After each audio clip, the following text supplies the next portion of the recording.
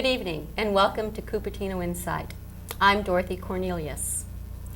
Here with us tonight will be shots of the 4th of July celebration in Cupertino, David Hedman from EPI-Center in Palo Alto, and we'll also give you a quick view of what your kids really do at nature camp. But with me right now in the studio, the first guest is Gerry, a former Parks and Recreation Commissioner and a very successful writer of romance novels. Tell me, what have your experiences been in writing? Prior to doing the romance novels, I did travel articles, and for about a year I was Western editor of Woodall's Trailer Travel. Then I started to write short stories for women's magazines, and I think somewhere the transition came at that point. And taking the travel background and the women's writing pushed me into writing romance novels. Okay. Could you describe some of the women characters who have been the leads in your novels? Certainly. That's a question I'm always asked. When romance novels, to give you a bit of history, when they first became popular, Harlequin had the type of heroine that some people still think are the heroine of today, and they aren't. They were the very young, immature heroine who seemed to be floundering. And now we've advanced to where the heroines in romance novels are very aware women. They're career-oriented, they're in charge of their lives, and they're doing very interesting things. So it's really a delight to write about this type of person. I would think so. Yeah. Tell me, Gerry, why do you think those romance novels are so popular? Probably because the women of today are running themselves ragged. They're trying to be super mom, they're trying to have careers that are working, and if they're married women, they're in a two-income family. And they really would like some time to just relax. And when you read a romance novel, you're guaranteed a happy ending. And I think that's important. I agree. I also think it's a little bit of fantasy that we all have inside of us. Yes, yes. And in fact, editors tell you they want realistic stories, but they always add that it is realistic fantasy. They don't want problems that are too heavy and will drag you down as a reader, but they want the women to be addressing problems that are problems of today. But yes, definitely with fantasy. I do know that you also teach seminars in how to write a romantic novel. What are some of the kinds of things you talk about and the tips that you give people? Well, first of all, I try to tell them that, contrary to popular belief, it is not easy to write and sell a romance novel, and that the people who keep saying that it's a formula that is easy to learn are the ones who are selling books telling how to write a romance novel. And unless they give that overly hopeful aspect to it, they're not going to sell their books. If a person is a good writer, they can write a romance novel if they've read enough novels in that field. The next thing I tell them is to really think about the situations that arise between a man and a woman, and to be aware that today's romance heroine is a very much aware and in charge of herself person, and that the romance hero is tender and sensitive, and that does not detract from him as a human being. The macho hero is out. That's good to hear. I like that. Sigh of relief. Yes. That's how we all feel. Exactly. Now, I know that you went on the Love Train Yes. trip, and I would like very much to hear about that a little bit. I did read about it in Cosmopolitan magazine, but I'd like to hear your personal experiences. It was quite an experience, and it became a media event that all the way to the British broadcasting system. And our magazine featured us on a 5-part segment. There were all the romance authors who really believed that romance was the most important genre. And we met people across the country that would come to the railroad stations for gift packages of books and mementos, and like 1:30 in the morning they would be out there waiting for us, and it was really exciting. When we arrived in New York, Barbara Cartland, all decked out in her furs and jewelry, met us, and we sang to her as we got off the train. It was a little schmaltzy and delightful. And each got a hug and presented her with a flower, and were taken by horse-drawn carriage to the hotel that we would be at. And it was just, from the beginning to the end, it was a fantasy. That sounds like it could well be a romance novel in itself. We really expected about 10 novels on that theme to come out the next year. Oh, I love it. That's grand. What do you really plan to do with your career at this point? Well, now that I'm writing for Harlequin, I feel that my career is at its finest moment. And it's also very frightening because you're now talking about a publisher who owns 85% of the market. Oh. Harlequin just acquired Silhouette from Simon & Schuster, so that gives them 85%. And the competition is so extreme that what it really means is working harder, working longer, and trying to perfect my craft as best I can so that I'll still be in the running. Yeah, to me, what I really feel is the fact that you're writing under your own name is probably the most incredible part of this whole thing now. I think so, and especially since Harlequin specifically asked that I use my own name. And that was really a good feeling, to know that I would finally have friends and relatives and whoever was interested be able to go into a store and not say, now, let's see, what was she writing under this time? And the fact that they think that much of you. Yes. That has to be terrific. I even received a birthday present from my publishers, so I felt very good about that. That's marvelous to know Yes. that here in Cupertino we have someone who will probably be nationally recognized under her own name. I hope so. I hope so too. Thank you very much for being here today. It was fun, Dorothy. Nature Camp is really much more than just a place to send your kids to for the summer so you can go ahead and do what you want. It's a very exciting program held by the Parks and Recreation Department at McClellan Ranch Park, and it combines fun with learning. We went there last week, and we'd like to share that with you and see what the kids are really up to.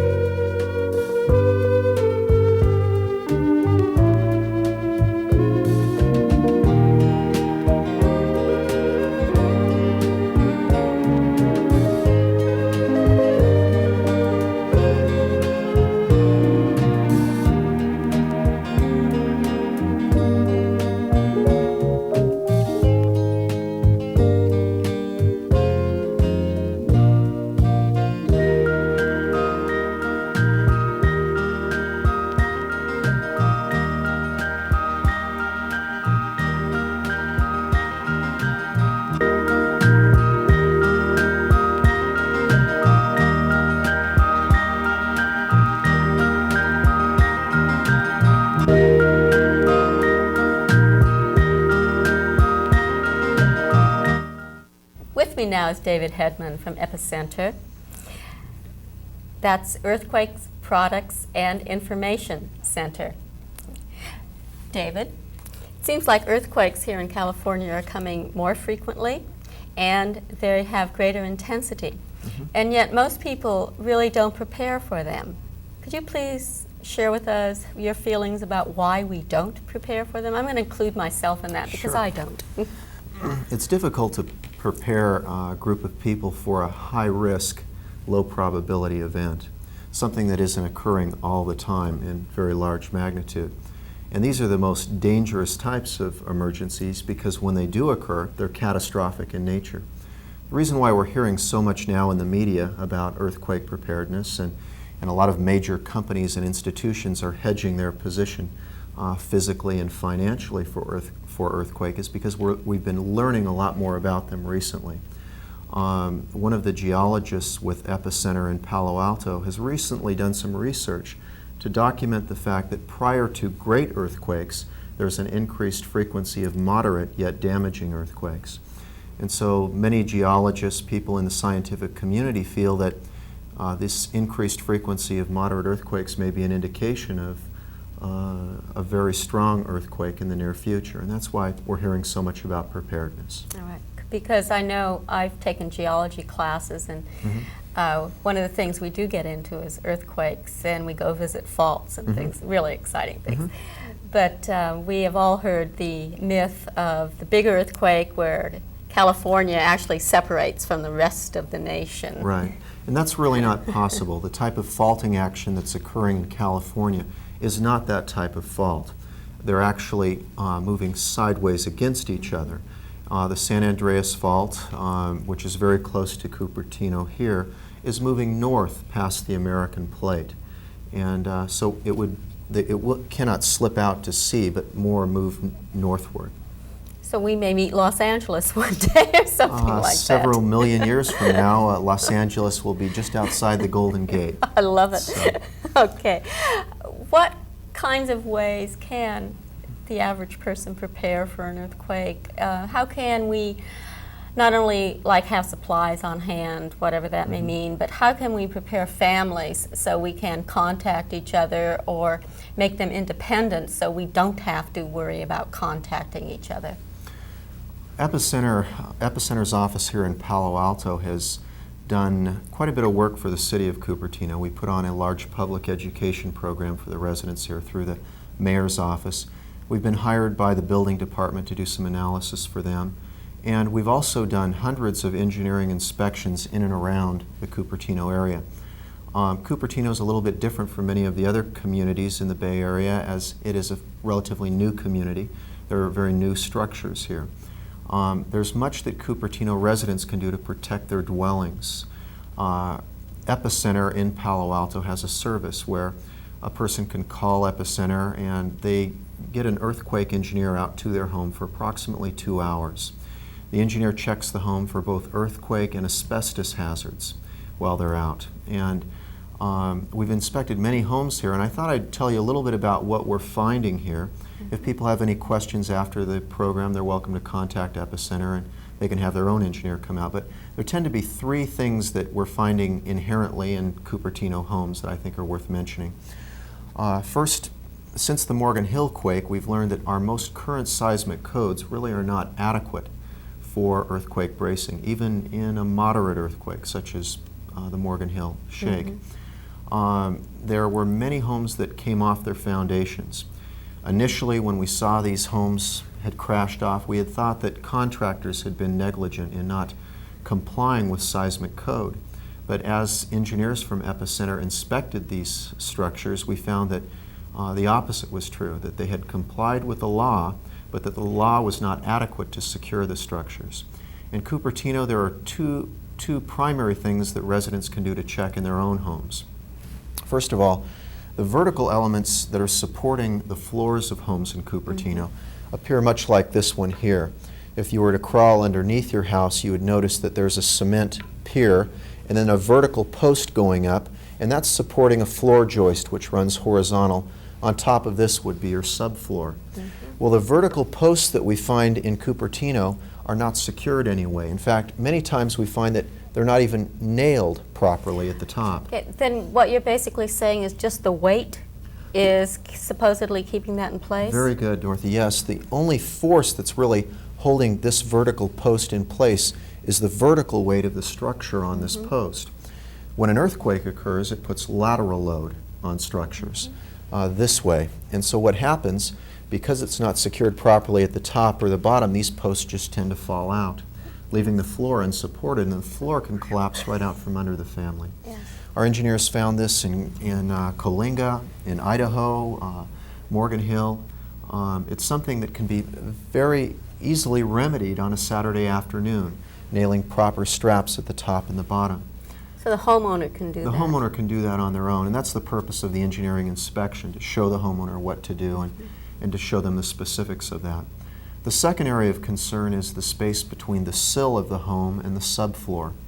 This is called the cripple wall, and we've found that over time some of these cripple walls have become weak, and it's very easy to brace those with a cross-bracing system or 3/4 inch plywood, nailing it in that space. And that will add a tremendous amount of strength to the wall for lateral load and will keep the structure on the foundation. And those are two very cost-effective things that homeowners in Cupertino can do structurally to protect their homes. The third and final concern is gas. The largest damage, dollar amount damage, were fires caused by gas explosion. There are 3 places in Cupertino homes where gas leaks are most likely to occur: where the gas line enters the home going through a foundation, where it enters utilities, and thirdly, where it makes right angles under the home. And those are 3 places where they should check immediately following the earthquake to see if there are gas leaks. If the family is a 2-income family where both people are away from the home for an extended period of time, it might be a good idea to install a seismic gas shutoff valve, which is very inexpensive. They're just over $100. And if they take extended vacations, it's a very good investment. They can actually call EPI-Center and they'll deliver one right to them. I didn't know such a thing existed. So if an earthquake occurs, then it will automatically shut the gas off? Automatically shut off the gas, and that way they don't have to worry about a neighbor doing it or a pilot light or some type of flame causing a gas explosion in the home. Right. I know, reading history books and such, in the 1906 quake, they tell you that more damage actually occurred from the fires afterward than from the earthquake in the first place. That's very true. In fact, the whole fire problem will be exacerbated in the major earthquake which we'll experience here, because now there are so many gas lines and hazardous materials that are located on the peninsula. That's right. Do you have any other tips for people that they can just do kind of in their routine everyday life? If you're relocating in the Bay Area, if you happen to be buying a home here, you can contact EPI-Center, and we have engineers that come out for the base price is $95, and they do a thorough engineering inspection of the home before you purchase it. And we're finding that a lot of people that contact us to come out and look at their homes after they've made the purchase wish that they had EPI-Center out beforehand. At that time, the engineer brings with him a map, such as earthquake intensity maps, which I've brought this evening. And basically, they show the type of intensity that's projected for various streets in Cupertino. And there are some streets in this town which have very high risk, and there are some which are very low. And it's worthwhile to find out what is really projected for your neighborhood, find out how much risk there is so that you can hedge your position. I think it's very important to know that. Sure.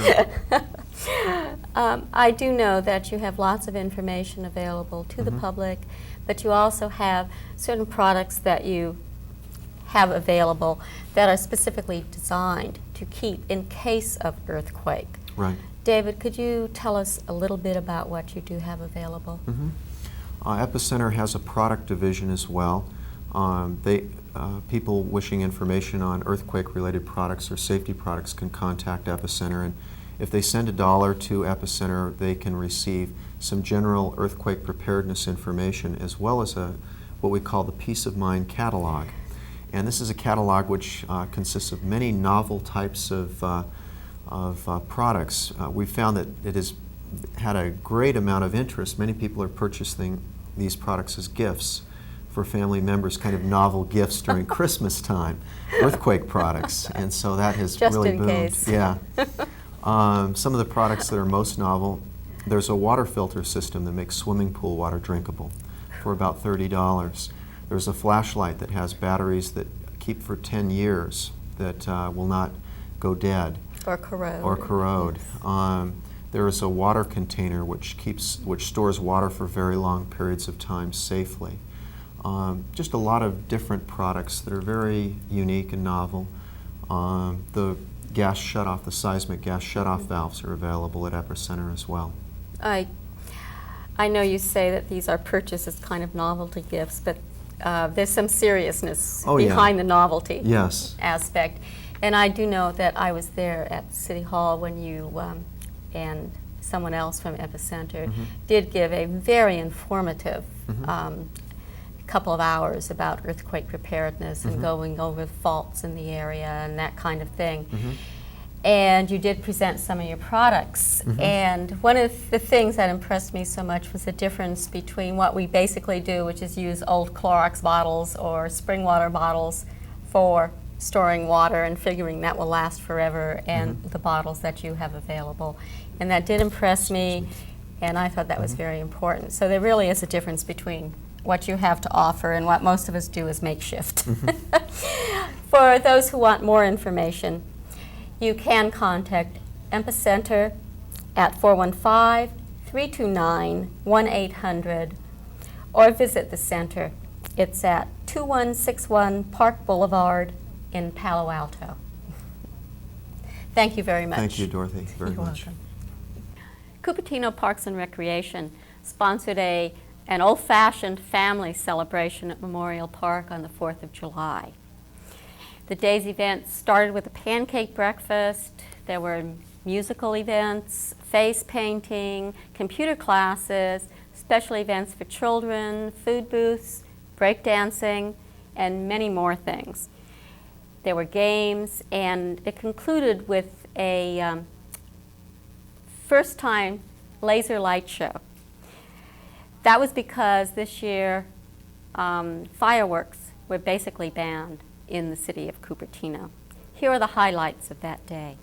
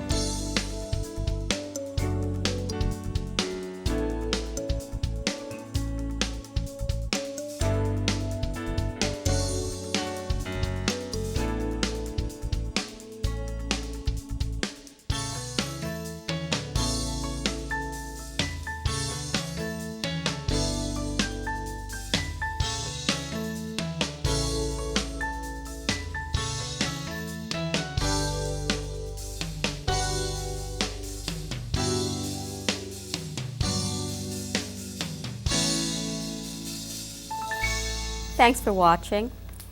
3 weeks from tonight, which is when our next council meeting is, we'll have information on the upcoming Arts and Wine Festival, a discussion regarding the city's hazardous materials storage ordinance, and we'll get to meet Laura Linthicum, a Cupertino High School student who is carrying the Olympic torch for Cupertino. Thanks again for watching, and good night.